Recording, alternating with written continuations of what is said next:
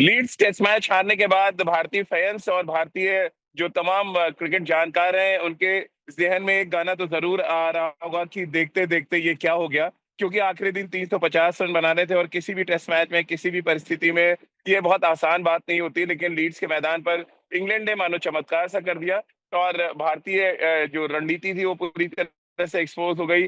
11 मैचों में 8 test match अभी भारतीय टीम हार चुकी है, यानी कुल मिलाकर टेस्ट मैच में गिरता ग्राफ एक बड़ी समस्या है और एक बड़ा परेशानी का सबब है और बड़ा सवाल भी है कि आखिर लगातार भारतीय टीम टेस्ट मैचेस क्यों हार रही है। आज इसी मुद्दे पे बातचीत करेंगे। मेरे साथ इस समय सबा करीम जुड़ रहे हैं, पूर्व क्रिकेटर सिलेक्टर, और उनसे हम बातचीत करेंगे। सबा भाई, लंदन में तो धूप निकल रही है, कभी धूप छाव का खेल भी हम देखते रहते हैं लगातार। आप भी कितनी बार यूके आए और आपके साथ भी कई शानदार यादें हैं हम लोग के जहन में। लेकिन ये यादें कुछ बहुत कड़वी रही। जब ये लीड से लंदन आ रहा था बस से, तो बार बार जहन में एक ही सवाल आ रहा था कि क्या से क्या हो गया। देखते देखते चौथे दिन हम सब बड़े खुश थे, पांचवें दिन क्या लग रहा है आपको, क्या कमी रह गई, कहाँ पर हार गई भारतीय टीम? देखिए राजीव, 350 रन बहुत कठिन होता है फिफ्थ डे के जी। विकेट पे। और मुझे ऐसा लग रहा था कि हमारे पास उस तरह के बॉलर्स हैं जो 10 विकेट ले सकते हैं। जी। रविंद्र जडेजा थे आपके पास, जसप्रीत बुमराह थे आपके पास।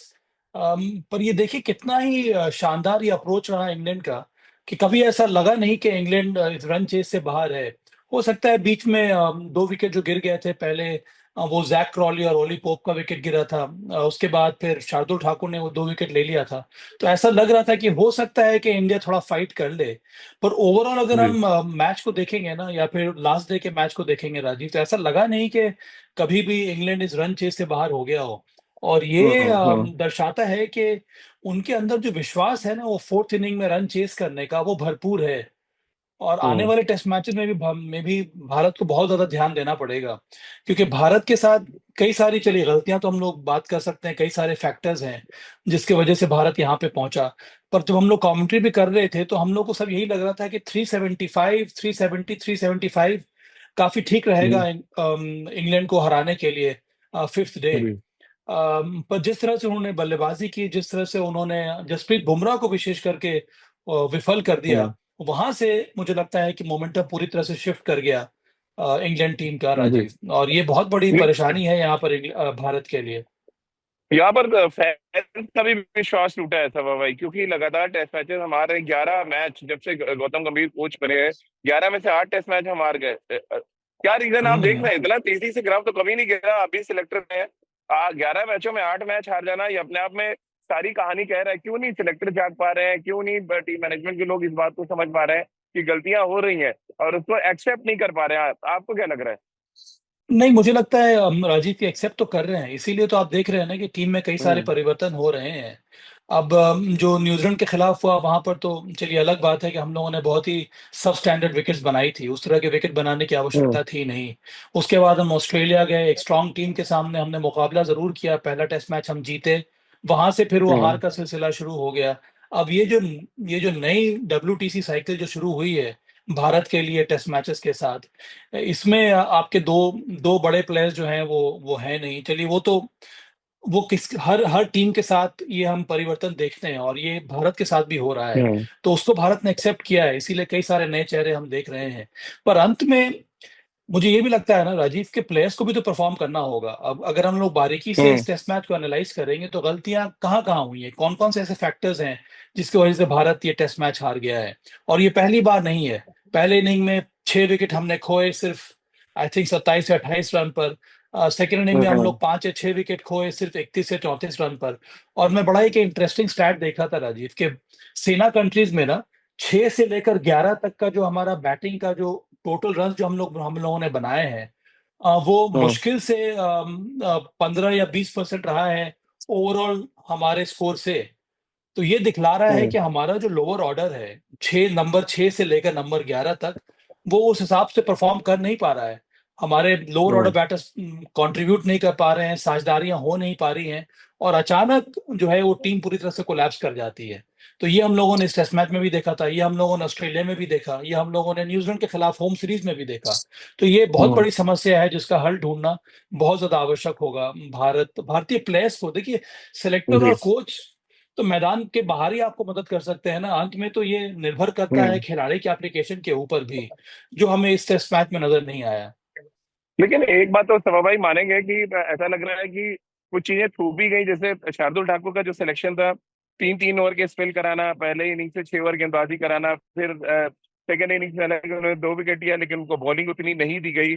क्या गंभीर और शुभमन गिल लग रहा है जैसे एक पेज पे नहीं है, ऐसा लग रहा है गिल को दे दिया गया, शुभमन गिल शार्दुल ठाकुर जबरदस्ती और उनसे गेंदबाजी कराई जा रही है ओवरऑल। और कोई कोई गंभीर जब से कोच बने हैं तो ग्राफ गिरा है, तो आदमी सवाल तो खड़ा करेगा ही गंभीर की रणनीतियों पे, और गंभीर जिस तरह की टीम से खिला रहे हैं। अब हर्षित राणा को टीम के साथ जोड़ा, अगले मैच उन्होंने हटा दिया, ऑलरेडी इतने पेस बॉलर है टीम के साथ, तो ये क्या स्ट्रॉन्ग लाइकिंग डिसलाइकिंग का मामला भी चल रहा है टीम के साथ? ऐसा होना तो नहीं चाहिए राजीव। एक नया कप्तान आपने जी। चुना है, उसको तो आपको फ्रीडम देना होगा ना अपनी टीम पिक करने के लिए। जी। तभी तो वो आगे टीम को लेकर जाएगा। ये कोच का जो इन्वॉल्वमेंट रहता है ना, कई बार हम लोग कोच के इन्वॉल्वमेंट को बहुत ज्यादा हाईलाइट कर देते हैं, पर अंत में हम्म। ये जो टीम है, शुभमन गिल की टीम है, उन्हीं को लीड करना होगा, क्योंकि अंत में सवाल उनसे ही पूछे जाएंगे। बल्लेबाजी भले ही आपने बहुत हम्म। अच्छी की है, जो कि शानदार रही है बल्लेबाजी, तो आगाज जो है एक टेस्ट बैटर के रूप में, कप्तान के रूप में बहुत ही अच्छा रहा है बल्लेबाजी के तौर पे। पर उसके अलावा जो हम्म। आपने टीम को का चयन किया है, ये पता नहीं मेरी आपसे बात हुई थी कि नहीं, ये टेस्ट मैच के पहले मुझे तो बहुत ही नहीं स्ट्रांग जी नहीं। व्यूज थे जिस तरह का 11 होना जी। चाहिए था। मुझे हमेशा ही लगता था कि भारत को नीतीश रेड्डी को खिलाना चाहिए था 11 में। अब आप सोच लीजिए उस खिलाड़ी की हालत। इसके पहले टेस्ट मैच हम लोगों ने कहाँ हम्म। खेले हैं? ऑस्ट्रेलिया में। ऑस्ट्रेलिया एक ऐसी जगह है जहाँ पे आपके जो रेगुलर बैटर्स थे, उन्होंने शतक लगाया नहीं था, इस यंगस्टर ने शतक लगाया हम्म। था।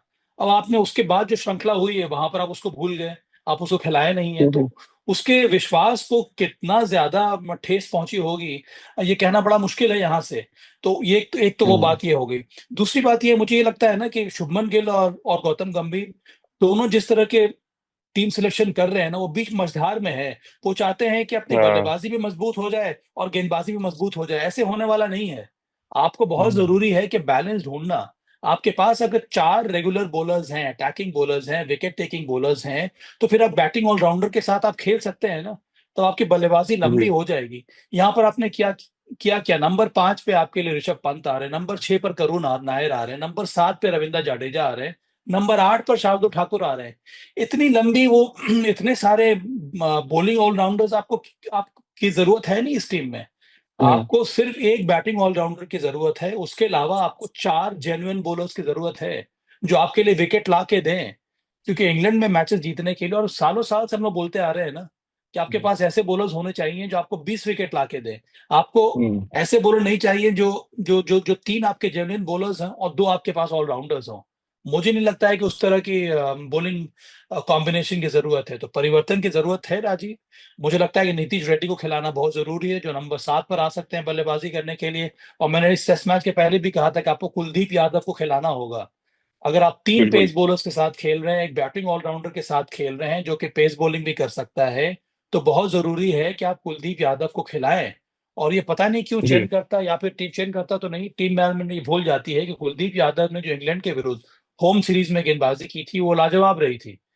हम्म। अच्छे विकेटों पे उन्होंने पूरे सीरीज में 17 विकेट लिया था राजीव। तो ये बिल्कुल। क्या इससे क्या क्या हमें नजर आ रहा है कि कुलदीप क्या ये यादव की डरा? गेंदबाजी उनको समझ में नहीं आ रही है। उनको खिलाइए ना आप, वो बॉलिंग ऑप्शन जी। है आपके लिए, वो विकेट टेकिंग ऑप्शन है आपके लिए। सो भाई क्या डरा हुआ सिलेक्शन लगता है टीम मैनेजमेंट हम्म। का, कि या बिट्स एंड पीसेस वाले क्रिकेटर या खिला रहे हैं जहाँ पे या बैकअप ले लें?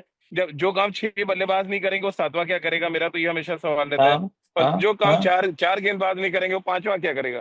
तो या एक डरी हुई सिलेक्शन पॉलिसी लग रही है आपको, वो चाहे ऑस्ट्रेलिया हो चाहे अब इंग्लैंड।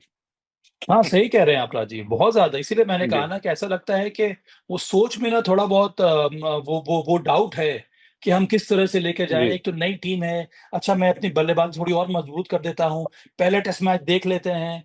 ऐसे होने वाला नहीं है ये काम। यहाँ पे आपको बहुत जल्दी स्ट्रांग डिसीजंस लेने होंगे, क्योंकि आप जब आपको टीम बिल्ड कर रही है ना, करनी है, तो शुभमन गिल को एक जी। विजन के साथ मैदान में उतरना होगा। अब अच्छी बात क्या रही है इंडिया के लिए कि आपका टॉप ऑर्डर रन्स बना रहा है। तो जी। टॉप ऑर्डर अगर रन बना रहा है, तो फिर लोअर ऑर्डर कुछ हद तक अगर कंट्रीब्यूट कर देगा, तो टीम में और ज्यादा मजबूती आ जाएगी। हम हमें ये भी नहीं भूलना हम्म। चाहिए कि इंग्लैंड की भी एक इनएक्सपीरियंस बॉलिंग अटैक है। वो भी तो एक हम्म। ट्रांजिशन से गुजर रहे हैं। जिस तरह से हम कह रहे हैं ना कि हमारी बैटिंग ट्रांजिशन से गुजर रही है, उसी प्रकार से इंग्लैंड की बॉलिंग भी तो ट्रांजिशन से गुजर रही है। तो हम्म। फिर मामला जो है वो बराबरी का ही है। वो अंत में निर्भर करता है कि आप कितना ज्यादा एप्लीकेशन, किस एकाग्रता के साथ मैदान में उतरते हैं। आपने कैचेस कितने छोड़े, हम्म। 7 या 8 कैचेस आपने छोड़ दिए, और उन जी। कंडीशन में आप अपने टॉप बॉलर का कैच छोड़ेंगे, तो फिर वापसी करना बड़ा मुश्किल हो जाएगा राजीव। और यही हुआ था पहले टेस्ट जी मैच में। बिल्कुल। और सभा भाई, एक सवाल और ध्यान में आता है कि रविंद्र जडेजा का बहुत ही खराब रिकॉर्ड है। अब क्या उनके उनके ऊपर जो एक टैग लगा हुआ है कि वो बहुत बेहतरीन फील्डर है, और बॉलिंग में कोई कंट्रीब्यूशन उनका आता नहीं है। इतनी तेज तेज गेंदबाजी की, मैं खुद था लीड्स में, और रवि भाई मेरे बगल में खड़े थे। मैंने उनसे पूछा कि रिवर्स स्वीप रोकने का क्या तरीका है। बोले आप बॉल पहुंचाओ ही मत बैट्समैन तक। कह रहा हम लोग के टाइम में कम खेला जाता था रिवर्स स्वीप, लेकिन अभी ये लोग मास्टरी कर चुके हैं रिवर्स स्वीप में। तो इसका काट यही है कि आप बाउंड्री पे 2 फील्डर लगाना। चलिए, कप्तान और ने एक बड़ी गलती की, इतना 70-80 रन लीक कर दिए रिवर्स स्वीप पे। एक तो रिवर्स स्वीप को हम रोक नहीं पा रहे सालों साल से, जितने भी कोच आए चाहे बॉलर्स आ जाएं। दूसरा, रविंद्र जडेजा की जगह आप कितनी आप देख रहे हैं? क्या एक और रिटायरमेंट हम यहाँ पे देखने जा रहे हैं सीरीज के बाद? रिटायरमेंट तो नहीं अभी राजीव, क्योंकि होम सीरीज जी। में रविंद्र जडेजा की जरूरत बहुत ज्यादा है इस समय भी हमारे। मैंने कई सारे यंग लेफ्ट आर्म स्पिनर्स को नहीं तो देखा है कि सभा भाई, बल्लेबाजी में ही क्यों चेंज होना है? भाई हमारे पास साई किशोर है, हर्ष दुबे है, आप उनको कब खिलाएंगे? मुझे तो नहीं नहीं लगता है इंडिया में उनसे बढ़िया लेफ्ट आर्म है नहीं आज की डेट में साई किशोर से। नहीं, मुझे तो लगता है कि अभी हम बात करें इंग्लैंड में, इसीलिए मैंने कुलदीप यादव की बात उठाई है ना। आपके पास एक अच्छा, ठीक जेन्युइन ठीक। विकेट टेकिंग बॉलर है, तो फिर आप उसको खिलाइए। आप क्यों एग्जैक्टली। रविंद्र जडेजा के साथ आप 11 में आप 11 में उनको इंक्लूड कर रहे हैं, जो आपको मालूम है कि हम्म। रविंद्र जडेजा आपको फोर्थ बॉलर किस तरह का चाहिए राजीव। फोर्थ बॉलर आपको ऐसा चाहिए ना जो पहले दिन भी आपको विकेट ला के दे। अब और इंग्लैंड लंबे के स्पेल डाले। शोएब बशीर जी। ने आपको विकेट ला के दिया ना, कितनी अच्छी गेंदबाजी की, जी। वही बॉल को ड्रिफ्ट कराया, बॉल में कर्व आ रहा था, गिरने के बाद वो एक्स्ट्रा बाउंस मिल रहा था। तो फिर आपको ऐसा हम्म। बॉलर चाहिए ना जो हेल्प करे आपके टॉप 3 बॉलर्स को, जो जो अच्छा स्पेल डाल सके, जहां पर बैटर जो है वो सोचने पे मजबूर हो जाए कि भाई ये भी बॉलर मेरा विकेट ले सकता है। इसीलिए हम्म। मेरा ये मानना है कि आपको जेन्युइन स्पिनर की जरूरत है। आपको बॉलिंग ऑलराउंडर की जरूरत नहीं है इस समय। अगर बॉलिंग ऑलराउंडर हम्म। अच्छे क्वालिटी का हो जो इन कंडीशन में विकेट ले सकता है तो अलग बात है। पर रविंद्र जी। जडेजा के पास वो स्किल है, पर इन कंडीशंस के लिए वो स्किल नहीं है। तो अब जी। क्या परिवर्तन होगा टेस्ट सीरीज के बाद, वो तो अलग चर्चा का मुद्दा होगा राजीव। पर इस समय आपके पास क्या क्या रिसोर्सेज हैं टीम में, स्क्वाड में। जी। आपके पास कुलदीप यादव है, आप उनको खिलाइए। अगर हम्म। आप उनको नहीं खिलाना चाह रहे हैं तो फिर आप वॉशिंग सुंदर है टीम में, उनको खिलाइए। पर मुझे लगता है कि वॉशिंगटन सुंदर से पहले आपको कुलदीप यादव को मौका देना होगा, क्योंकि वो एक बिल्कुल। मैच विनिंग बॉलर है, वो मैच विनिंग बॉलर साबित हो सकता है। फिर सभा भाई, लेकिन ब्रेन डकेट को आप कैसे रोकेंगे? और ये सालों साल से हिस्ट्री चली आ रही है। अच्छा लेफ्ट हैंडर है, आपके लिए ऐसा वो कहते हैं ना, एक नासूर सा बन जाता है। अब उसको उसका कोई इलाज ही नहीं ढूंढ पाते हैं। अब जिस तरह के रिवर्स, बस 6 की 6 बॉलें रिवर्स स्वीप मारना, ये दिखाता है कि आपकी बॉलिंग के साथ वो खेल रहे थे बेसिकली। और जिस तरह के पुल शॉट उन्होंने खेले, 2 शॉट्स ऐसे थे जिनका कोई तोड़ ही नहीं था। हमने बाउंसर तो खैर चलिए यूज ही नहीं किया सेकंड इनिंग्स में। ये भी एक बड़ी स्ट्रैटेजी की वो थी, भूल थी। कैसे आप देख रहे हैं बेन डकेट हो या बेन स्टोक्स हो, इनके रिवर्स स्वीप को आप कैसे रोकेंगे अगले 4 टेस्ट मैच में? देखिए, बेन डकेट और इंग्लैंड की बल्लेबाजी की शैली में ना एक चीज साफ नजर आती है राजीव, कि वो हम्म। हमेशा दबाव जो है वो बॉलर के ऊपर डालना चाहते हैं। ये कहना हम्म। आसान है, पर इस पे अमल कैसे किया जाए। तो उन्होंने एक हम्म। बहुत ही सरल सा उपाय ढूंढा है कि जितना कम से कम आप मेडन ओवर्स खेलेंगे, उसी में आपकी टीम की भलाई है और एक बैटर की भी भलाई है। तो एक और मैं बड़ा इंटरेस्टिंग स्टैट्स आपको बताता हूँ कि ओवरऑल जो बल्लेबाजी की है इंग्लैंड ने ना, उसमें पहली पारी में भी और दूसरी पारी में, दोनों पारी को मिला लेंगे, उसमें सिर्फ 10% जो है ओवर्स, वो मिडन ओवर्स खेले हैं इंग्लैंड ने। हम्म। और भारत ने करीब दोनों पारियों में मिलाकर करीब 18 से 19% खेले हैं, क्योंकि भारत की भी बल्लेबाजी काफी अच्छी हुई थी। उनका भी सामना हम्म। एक एक इनएक्सपीरियंस बॉलिंग अटैक के सामने हो रहा था, पर टॉप ऑर्डर ने शानदार बल्लेबाजी की थी। तो ये क्या दर्शाता है कि चाहे आप पेस बॉलर्स के सामने खेल रहे हो या स्पिनर्स के सामने खेल रहे हो, उसमें इंग्लैंड की तरफ से यही सोच रहती है कि कम से कम आपको मेडन ओवर खेलना है। तो स्ट्राइक को रोटेट जी। करना बहुत जरूरी है। और ये इसकी जो शुरुआत है ना, वो बेन डकेट करते हैं और जैक क्रॉली करते हैं, बहुत हद तक हम्म। बेन डकेट ये माना जा रहा है, जहां तक मुझे लगता है कि इन कंडीशंस में ना वो बेस्ट बैटर हैं, ओपनिंग बैटर हैं स्पिन बॉलिंग के खिलाफ। क्योंकि क्योंकि उनके हम्म। उनके अंदर वो कन्वेंशनल स्वीप भी खेल सकते हैं, वो वो रिवर्स भी खेलते हैं। कल तो उन्होंने इस टेस्ट मैच पर उन्होंने रिवर्स फ्लॉक स्वीप खेला है। इसके पहले हाँ, मैंने छक्का किसी भी गया बैटर को जो। रिवर्स स्लॉक स्वीप खेलते हुए देखा नहीं है। फिर वो फॉर्म फाइन हम्म, स्वीप खेल सकते हैं, फिर वो स्कूप खेल सकते हैं। तो उनके पास कई सारे ऑप्शंस हैं बॉलर को लेंथ को बिगाड़ने के लिए, स्पिनर को लेंथ को बिगाड़ने के लिए। हम्म, और ये उन्होंने इस मैच में करके दिखाया ना। रविंद्र जडेजा जब भी वो फुटमार्क से बॉलिंग कर रहे थे, वो वाले एरिया को कवर करके वहां पर उन्होंने रिवर्स स्वीप किया या फिर कन्वेंशनल स्वीप हम्म, किया।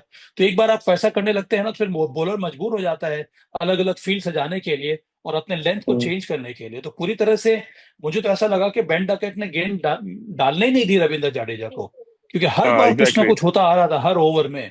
तो इसका इसका जो विकल्प है आपको ढूंढना बहुत जरूरी है मेरे ख्याल में। अब आप भी लेफ्ट आर्म स्पिनर रहे हैं, अगर आपको बेन डकेट को बॉलिंग करना हो जो इतना अच्छा स्वीप खेल रहा हो, इतना अच्छा रिवर्स स्वीप खेल रहा हो, तो क्या कीजिएगा आप? आपका मैं क्या मैं प्रयास होगा, कहाँ पे आप मैं बॉल मैं डालेंगे सभा में उनको? थोड़ा बॉल एक तो धीमा डालूंगा। पहला चीज तो मैं पहुंचाऊंगा नहीं, ताकि थोड़े टॉप एज लगने के चांसेस हम्म। हो। और थोड़ा बॉल हवा में अगर रोक सकूं तो शायद रोक पाऊंगा, क्योंकि जब जब थोड़ा धीमा बॉल डाला गया उस विकेट पे, तब तक टॉप एज लगा और बेन स्टोक्स आउट हुए उस स्वीप पे। हम्म। तो हम्म। थोड़ा अगर आप हम्म। विकेट के पहले भी, मुझे लग रहा है एक ढर्रे की गेंदबाजी रवि जडेजा कर रहे थे ना, वो क्रीज का इस्तेमाल किया ना। बहुत से मैंने स्पिनर्स को देखा है, इवन मॉन्टी वेनेसर है, ग्राहम स्वाइन को मैंने ऑब्जर्व किया, जब भी इंग्लैंड में डालते हैं विकेट के पीछे से भी डाल देते हैं, एम्पायर के पास से डालते हैं हम्म। कोई कोई गेंद, ताकि हम्म। आपकी बॉल पहुंचे ना। तो ये हम्म। सारी चीजें, अगर इतना एक्सपीरियंस क्रिकेटर है, हम सब तो कुछ भी नहीं खेले हैं। हम लोग को समझ आ रहा था बाहर से, तो बाहर मतलब फिर बॉलिंग कोच क्या कर रहे हैं। मौनी मौकल तो यॉर्कशायर से खेले भी हैं सब भाई, उनको तो ज्यादा पता होना चाहिए था कंडीशंस। क्या कम्युनिकेशन गैप दिख रहा है आपको, एक बहुत बड़ा। बॉलर्स को नहीं पता है, कप्तान को नहीं पता है फील्ड क्या सेट करनी है। 70-80 रन लीक कर गए आपके रिवर्स स्वीप पे। एक फील्डर खड़ा हुआ था खाली स्क्वायर लेग पे, या डीप पॉइंट कह लें लेफ्ट हैंडर के लिए, वो तो चलिए स्वीप मार रहे थे, स्क्वायर लेग हो गया। कैसे आप देखते हैं ओवरऑल लीड्स टेस्ट मैच में? मुझे तो लग रहा है सब कुछ एकदम बिखर सा गया, बैटिंग को छोड़ दे तो। ये जो आपने कहा है ना कि बॉल को और ज्यादा स्पिन कराने की जरूरत, थोड़ा और वेरिएशन की जरूरत है, हम्म। उसमें एक और मैं वेरिएशन ऐड करना चाहूंगा एक लेफ्ट आर्म स्पिनर या स्पिनर के लिए, कि बॉल को थोड़ी और आप ऊपर डाल दीजिए एज अ वेरिएशन। हाँ, ऊपर डालना, क्योंकि जब भी एग्जैक्टली बैटर जी। शेप करता है स्वीप करने के लिए ना, जैसे कि आपने कहा ना बेन स्टोक्स कैसे आउट हुए कि बॉल बहुत ज्यादा ऊपर थी, वहां पर उन्होंने स्वीप हम्म, करने की कोशिश की, टॉप एज लग गया। तो ये एक वेरिएशन के रूप में ये भी आपके लिए एक अटैकिंग वेपन साबित हो सकता है। मुझे ये लग रहा है राजीव, कल जो टेस्ट मैच में हम लोगों ने शुभमन गिल की कप्तानी देखी, ये पहला हम्म। टेस्ट मैच है, उनको बहुत कुछ सीखने को है कि एक कप्तान के रूप में ना आप बॉल को फॉलो नहीं कर सकते हैं कि जहां हाँ, जहां बैटर हाँ। ने शॉट लगा रहा है वहां पे मैंने फील्डर लगाना शुरू कर दिया। तो फिर वो ना, वो जो बॉलर है ना वो प्लान कर नहीं सकता है। तो हम्म, वो एक कम्युनिकेशन का जो एरर है वो हमें देखने को मिला कि कई बार मुझे ऐसा लगा कि जब भी पार्टनरशिप बिल्ड हो रही थी तो शुभमन गिल बॉल को फॉलो कर रहे थे। अब बेन डकेट ने स्वीप किया हम्म, तो एक आपने स्वीपर कवर लगा दिया पीछे दूसरी तरफ। अगर किसी ने फाइन स्वीप किया तो एक शॉर्ट फाइन लगा दिया। एक किसी ने कवर ड्राइव किया तो वहां पर आपने प्लग कर दिया। तो इस तरह से ना वो कॉम्बिनेशन बनता नहीं है, फिर आप इस तरह से जी। बैटर के ऊपर दबाव डाल नहीं सकते हैं, क्योंकि बैटर फिर कहीं ना कहीं दूसरी जगह ढूंढ लेता है रन बनाने के लिए। आपको सही प्रकार से स्ट्रैटेजी और टैक्टिक्स पहले बनाने होते हैं कि भाई जो भी हो जाए, अगर वो शॉट खेल भी रहा है उसको चौका मिल रहा है ना, पर मैं अपने प्लान से हटूंगा नहीं, क्योंकि मेरा प्लान है इस एरिया में बॉल डालने का। क्योंकि शॉट तो इस वजह से भी लगती है ना कि आपने गेंद गलत डाल दी है, आपने जो जी। प्लान बनाया है उसके मुताबिक आपने लाइन और लेंथ से गेंदबाजी की नहीं, इसी वजह से तो आपकी पिटाई हो रही है। तो टैक्टिक्स बनाइए, प्लान बनाइए और उस पर कुछ देर तक आप डटे रहिए। थोड़ा और अटैक करने की जरूरत है। अब फोर्थ इनिंग्स में हम्म, एक और चीज मुझे बहुत ही अजीब लगी कि ऐसे विकेट में जहां पर थोड़ा बहुत डिविएशन हो रहा था, बॉल थोड़ी हिल रही थी, वहां पर कितना जल्दी आपने सिर्फ एक स्लिप ही लगाई और छोड़ दिया। और फिर एक वाइड गली है और वो एक स्लिप भी है, वो भी बहुत ज्यादा वाइड है। अरे भाई, अगर कोई bowler round the stumps ball डाल रहा है, ये तो कॉमन सेंस है ना राजीव, कि राउंड द स्टंप्स अगर एंगल से बॉल आ रही है तो बाहरी किनारा अगर लगेगा तो बॉल जो है, वो जो एज जो है वो फाइन जाएगा। वो पाइन सेकंड जाएगा स्लिप और बिल्कुल। थर्ड स्लिप पे जाने वाला नहीं है। वो तो फर्स्ट स्लिप और सेकंड स्लिप के पास जाने वाला, तो जी। वहां पर आपको खिलाड़ी रखना चाहिए था। शुभमन ने गिल ने क्या किया, उन्होंने थर्ड स्लिप या सेकंड और थर्ड स्लिप के हम्म, बीच में एक फील्डर रखा और एक गली रखा। तो उससे कोई मायने बनता नहीं है ना। जिस तरह से जी। आप तो ये सारी बातें हैं, ये थोड़ी थोड़ी बारीकियां हैं जिस पर ध्यान देने की जरूरत है शुभमन गिल को जी। In his captaincy Rajeev. आखिरी दो सवाल था भाई। एक तो ऋषभ पंत के बारे में आप हमेशा कहते थे कि फ्यूचर कैप्टन के तौर पे मैं इनको देखता हूँ, और वो आप चाहते थे कि इंग्लैंड दौरे पे वो कैप्टन हो, और हमेशा आपने बहुत स्ट्रांगली बैक किया। जिस तरह की बैटिंग उन्होंने दोनों इनिंग्स भी की है टेस्ट क्रिकेट में, कैसे आप देखते हैं उनको इन फ्यूचर टेस्ट क्रिकेट में एक बड़ा ब्रांड एम्बेसडर के तौर पे आप उनको देख रहे हैं? क्या विराट की जगह अगला पोस्टर बॉय की बात यहाँ बहुत हो रही है इंग्लैंड में? एक तो उनके हम्म। बारे में एक एक रिएक्शन आपका, के राहुल ने जो सेकंड इनिंग्स में बैटिंग की, मुझे लग रहा है one of the best innings मैंने देखी है बड़ी क्लोजली, इतनी टेक्निकली साउंड बैटिंग करी। दूसरा इसी से जुड़ा सवाल, जायसवाल बैटिंग में तो अच्छा कर रहे हैं, फील्डिंग में इतना लैप्स ऑफ कंसंट्रेशन के साथ क्या आप सरवाइव करने की स्थिति में होंगे आने वाले मैचेस में? क्योंकि सिर्फ रन बनाना ही आपका काम नहीं है। ऋषभ पंत, जी। अब तो मुझे लगता है कि सबसे और one of the best brand ambassadors हैं वो टेस्ट क्रिकेट के लिए। क्योंकि मुझे हमेशा से ही लगता है कि जिस तरह से वो खेलते हैं, जिस तरह का उनका अप्रोच रहता है टेस्ट क्रिकेट में, ये ऐसा खिलाड़ी है जो लोगों को मैदान पर लेके आएगा। जो स्पेक्टेटर्स इनको देखने के लिए टेस्ट मैचेस में आएंगे, और ये मुझे लगता है कि आने वाले टेस्ट मैचेस में भी हमें जरूर देखने को मिलेगा। तो जहां तक कि वो ब्रांड एम्बेसडर की बात हो गई, पोस्टर बॉय की बात हो गई, तो वो ऋषभ पंत बन चुके हैं। अब इंग्लैंड की तरफ से अगर हम देखें तो मुझे लगता है कि हैरी ब्रूक्स एक और ऐसे प्लेयर है जो जो कि एक ब्रांड एम्बेसडर हैं टेस्ट क्रिकेट के लिए। हम्म। तो ये दोनों जो प्लेयर्स हैं ना, ये आने वाले समय में ये बहुत बड़ी अपील रहेंगे, अट्रैक्शन रहेंगे क्रिकेट फैंस के लिए। और इनको लोग टेस्ट मैचेस में देखने के लिए दूर दूर से आएंगे। जी। और मेरे ख्याल में आने वाले समय में ना, ये WTC साइकिल जो हो रहा है राजीव, इसमें ऋषभ पंत का भारत के दृष्टिकोण से बहुत बड़ा रोल होने वाला है। एक बैटर के रूप में, एक विकेट कीपर के रूप में, और एक वाइस कप्तान के रूप में। कि उनके ब्रेन्स को पिक करना बहुत जरूरी होगा इंडियन टीम जी। मैनेजमेंट को बढ़ने के लिए और सक्सेस हासिल करने के लिए। KL राहुल शानदार प्रदर्शन उनका रहा है, बहुत ही अनुभवी खिलाड़ी है। और उम्मीद यही है, और ये वो एक परेशानी रही है KL राहुल के साथ राजीव, आपको भी याद होगा कि जी। उनका जो शुरुआत रहता है इस प्रकार की कंडीशन में काफी अच्छा रहता है। फिर वो निरंतरता जो जो आनी चाहिए, जिसकी उम्मीद हम लोग लगा के रखते हैं, और वो एक तरह हम्म। से से गायब हो जाती है। तो ये बहुत ही बढ़िया मौका है KL राहुल के लिए। इतनी अच्छी शुरुआत उनको मिली है, इसको और आगे लेकर जाएं और कंसिस्टेंट परफॉर्मेंस दें। क्योंकि आप बताइए, जी। अंतर्राष्ट्रीय क्रिकेट में कौन ऐसा बैटर है जो 50 से ज्यादा टेस्ट मैच खेल चुका हो और उसका औसत जो है वो 40 से नीचे है? ये क्या जी। रिफ्लेक्ट करता है कि अपने पोटेंशियल, अपने टैलेंट के हिसाब से KL राहुल ने उस हिसाब से रन्स बनाए नहीं है। पर वो पुरानी बात हो गई, ये एक नया सिलसिला अब KL राहुल शुरू कर सकते हैं। क्योंकि इस समय इस टीम में ना तो रोहित शर्मा है, ना तो विराट कोहली। अब है सबसे अनुभवी बैटर वो है KL राहुल, जो अब सही समय उनका आ गया है कि अपने आप को फिर से असर्ट करने का, अपने बैटिंग एवरेज को बढ़ाने का, और अपने बल्लेबाजी में निरंतरता लाने का। जी। जायसवाल बहुत ही प्रभावित किया एक बैटर के रूप में। आने वाले समय में उनकी भी आवश्यकता होगी। पर हाँ, ना ही केवल जायसवाल राजीव, पर अन्य फील्डर्स को भी बहुत मेहनत करनी होगी यहाँ पे। इस तरह के कैचेस हम्म। आप छोड़ नहीं सकते हैं। और जायसवाल, जहां तक मुझे याद आ रहा है कि पहले जो करीब 16 कैचेस या 17 कैचेस उनको उनके पास आए थे टेस्ट क्रिकेट में, उसमें से उन्होंने 15 कैचेस पकड़े थे। ये पिछले हम्म। 10 में से या 12 में से उन्होंने 6 या 7 कैचेस ड्रॉप कर दिए हैं।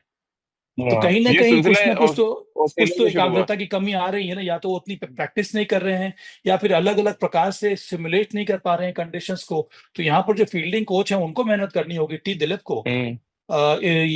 और मुझे लगा जो कैच छोड़ा उन्होंने गली में, वहां पर तकनीक भी सही नहीं है। अगर कंडीशन इस तरह हम्म। के हैं जहां पर बॉल क्लाइंब कर रही है, तो जरूरी है कि आपका जो हाथ जो है ना, वहाँ फिंगर्स जो है वो स्काई की तरफ पॉइंट करनी चाहिए, स्काई की ना तरफ, जी। तो साइडवेज। क्योंकि यहाँ पे कंट्रोल करना बहुत मुश्किल है, क्योंकि बॉल तो क्लाइंब कर रही है हम्म। ना। अगर आप यहाँ पे हाथ एग्जैक्टली। रखेंगे तब तो आसानी से आप बाउंस को ध्यान में रखकर आप कैच पकड़ सकते हैं, जिस तरह से करुण नायर ने कैच पकड़ा था फर्स्ट स्लिप में। देखा, हम्म। उन्होंने बैठे हुए थे, लो पकड़ा उन्होंने, और उनके जो फिंगर्स हैं वो स्काई की तरफ पॉइंट कर रहे थे। हम्म। सो भाई, आखिरी सवाल, क्योंकि लीड्स में जब मैच खत्म हुआ, तमाम फैंस से मैंने बात की वहां पे, और सब बड़े निराश थे, और सबका जो प्रिडिक्शन था, कोई 4-1 कह रहा है, कोई 5-0 से कह रहा है कि ये टीम सरवाइव नहीं कर सकती है, भारतीय टीम। और जैसा कि खबर आ रही है कि जसप्रीत बुमराह सिर्फ तीन टेस्ट मैच खेलेंगे, क्योंकि वर्कलोड उनका मैनेज करना है। विदाउट जसप्रीत बुमराह आपको लग रहा है सीरीज में वापसी भारतीय टीम कर सकती है, जो परफॉर्मेंस आपने पहले टेस्ट मैच में देखा? क्योंकि पर्थ में हम जीते, ऑस्ट्रेलिया में उसके बाद सीरीज हार गए थे, यहाँ तो हार से ही शुरुआत हो गई है। बहुत कठिन होगा राजीव। और एक और बात है कि यहाँ पर हम ना सिर्फ बुमराह के ऊपर निर्भर नहीं कर सकते विकेट लेने के लिए और टेस्ट मैच बिल्कुल। जिताने के लिए। मेरे ख्याल में बुमराह और टीम मैनेजमेंट तो विकेट को देख कर डिसाइड करेंगे कि बुमराह को खेलना चाहिए कि नहीं खेलना चाहिए। होपफुली हम्म। ये जो बर्मिंग जो दूसरा टेस्ट मैच जो कहाँ है, ये तो बर्मिंघम में होने वाला है ना, बर्मिंघम एजबास्टन में में। एडजस्टन। हाँ। हाँ वहां पे वो भी थोड़ा नॉर्थ रहेगा, वहां पे थोड़े कंडीशंस फेवरेबल रहेंगे पेस बॉलर्स के लिए। तो होपफुली बुमराह को वहां पे खेलना चाहिए और उन कंडीशंस को एक्सप्लॉइट हम्म। करना चाहिए। पर मुझे हमेशा लगता है कि आपको जो आपके जो दूसरे पेस बॉलर्स हैं उनको वो कंसिस्टेंसी मेंटेन करनी होगी। सिराज प्रसिद्ध कृष्णा के पास हम्म। वो एबिलिटी है, पर मोहम्मद सिराज ने हालांकि दूसरे पारी में लेकिन उनके स्पेल्स मैं काफी सभा अच्छे इसी में रहे आ रहा थे। था, क्योंकि आपने ऐसा टॉपिक छेड़ दिया। मैं सिराज को ऑस्ट्रेलिया में भी फॉलो कर रहा था, मैं इंग्लैंड में भी उनका दोनों स्पेल देखा है, दोनों इनिंग्स में। वो बिल्कुल इंप्रेसिव नहीं है सभा भाई। टेस्ट क्रिकेट के लिए उनको मेहनत करने की जरूरत, जो हम मेरा ऑब्जर्वेशन है। अर्शदीप एक एक अच्छा ऑप्शन है, एक लेफ्ट आर्म सीमर है, और इंग्लैंड का रिकॉर्ड भी बहुत अच्छा नहीं है। पता नहीं क्यों, मतलब क्या रीजन है कि आप मोहम्मद सिराज को खिलाए जा रहे हाँ सिराज और प्रसिद्ध कृष्णा दोनों की जो लाइन हैं। और जी। लेंथ जिस तरह से हम लोग एक्सपेक्ट कर रहे थे वहां पे नजर आई नहीं। और बड़ा इंटरेस्टिंग, मैं भारत तरुण के साथ कमेंट्री कर रहा था राजीव, उन्होंने भी यही हम्म। कहा कि प्रसिद्ध कृष्णा की और मोहम्मद सिराज की एक ही जो बहुत बड़ी कमी है वो ये है कि वो जो कंसिस्टेंट लाइन और लेंथ मेंटेन करनी चाहिए ना वो मेंटेन कर नहीं पाते हैं। जी। बुमराह क्यों अलग है, क्योंकि वो बहुत कम लूज बॉल्स देते हैं, उनकी एक्यूरेसी 100% है। वहां पर बैटर को कुछ अलग सोचना पड़ता है उनके लाइन को बिगाड़ने के लिए। यहाँ पर तो खुद ही हम्म। लाइन बिगड़ जाती है। आप 6 की 6 जी। गेंद एक जगह पर डाल नहीं सकते हैं ऐसे कंडीशन में जो आपको मदद कर रहे हैं। तो वहां पर इतना ज्यादा ट्राई करने की जरूरत है नहीं ना। और ये दोनों के दोनों हम्म। पेस बॉलर्स ने वही किया पहले टेस्ट मैच में। जब तक कि आप इंग्लैंड में उस कंसिस्टेंट लाइन और लेंथ के साथ बॉलिंग नहीं करेंगे, आप दबाव बढ़ा ही नहीं सकते हैं बैटर के ऊपर, क्योंकि बैटर तो हम्म। हमेशा तैयार है ना रन बनाने के लिए। खास करके ये इंग्लैंड की जो बल्लेबाजी है, तो बहुत आवश्यक रहेगा कि अगर आपको चेंज करना है, मेरे ख्याल में कंडीशंस अगर फेवरेबल रहेंगे तो फिर अर्शदीप को खिलाना बनता है। और आकाशदीप जी। भी एक खराब विकल्प नहीं है राजीव। बिल्कुल आकाशदीप ने बिल्कुल। होम कंडीशन में न्यूजीलैंड के खिलाफ हर बार नई गेंद के साथ उन्होंने विकेट लेके दिया है। तो हम उन पर विश्वास जी। क्यों नहीं दिखा रहे, उनको टीम में क्यों रखा गया है। तो फिर इन सब जी। चीजों के बारे में आपको सोचना पड़ेगा अगर आपको आने वाले टेस्ट मैच जीतने हैं तो। चलिए सभा भाई, बहुत बहुत शुक्रिया आपका हमारे साथ जुड़ने के लिए। और थैंक यू राजीव। इंग्लैंड या लंदन की बात करें, तो यहाँ पर हवा बहुत तेज चलती है, और हवा के साथ मौसम बदलता रहता है। हम सभी उम्मीद कर रहे हैं कि लीड्स में जो मौसम था, या संकट के जो बादल भारतीय टीम पे छाए, जब बर्मिंघम भारतीय टीम पहुंचे, तो ये बादल छट जाए और एक ऐसी हवा चले जो हमें कम से कम अच्छी क्रिकेट देखने को मिले, और जहां से भारतीय हम्म। टीम इस सीरीज में वापसी करती नजर आए, इस बात की उम्मीद हम सब कर रहे हैं। बहुत बहुत शुक्रिया सभा भाई आपका हमारे थैंक साथ यू। जुड़ने के लिए। Thank you Rajiv.